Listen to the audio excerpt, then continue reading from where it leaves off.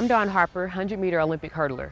And the reason why I want to give these tips on base work and speed work is because I often feel that hurdlers and sprinters try and shy away from doing base work and actually incorporating the speed the way that they're supposed to. For base work, if you're someone that does the 100, the indoors, you want to do 50 meters, if you want to be a football player and you want to do, you have to do your sprints, it's very, very, very important that you still incorporate base work. For us hurdlers, I understand that for you, you feel like a 150 or a 200 is longer than what you do. Some of you even say, Coach, 200 is twice as long than my event. So why did I need to do longer than that?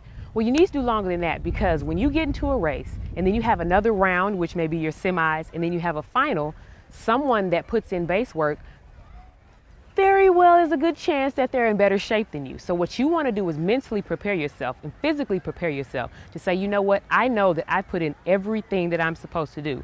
So dare I say, as a sprinter, you do a 300, a 400, possibly a 450. I know I sound out of my mind, but I promise you, if you put in this base work, if your coach tells you to do a 300 and to hit a time, and then you can do it again and again and again, think about mentally what that says to you. I'm in the best shape I've ever been in. I'm stronger than I've ever been in.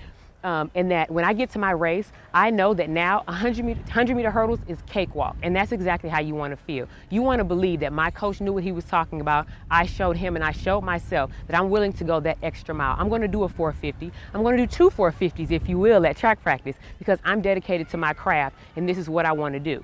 And then there's a thing, when you get to a certain part of the season that you will taper off and you won't do as much base work. You won't go as long, you won't go for runs as much because it's time to get in the speed. And the speed portion of this, if your coach tells you to do a 150 or 40 meters and he says go all out, I'm telling you, it pays off in the end to go from point A to point B, which will be that 150-meter walk, to go all out, to get your technique as correctly as possible, to hit all the marks that he tells you to. Because when you put speed in the tank and when you get to a hurdle race, it's all about being a sprint hurdler. You need to be fast in between the hurdles, so then when you get there, you're thinking to yourself, you know what, I worked on my technique, I have the speed in the tank, I'm going to be the best me that I can be. So when you get to your lane, you're thinking about execution for yourself. You believe in yourself, you put in the base work, you put in the sprinting, and now you're ready to go. So believe me, if you can push your body to the extra mile and say, I have done everything that I possibly can do, I can almost guarantee that you'll run closer to your PR,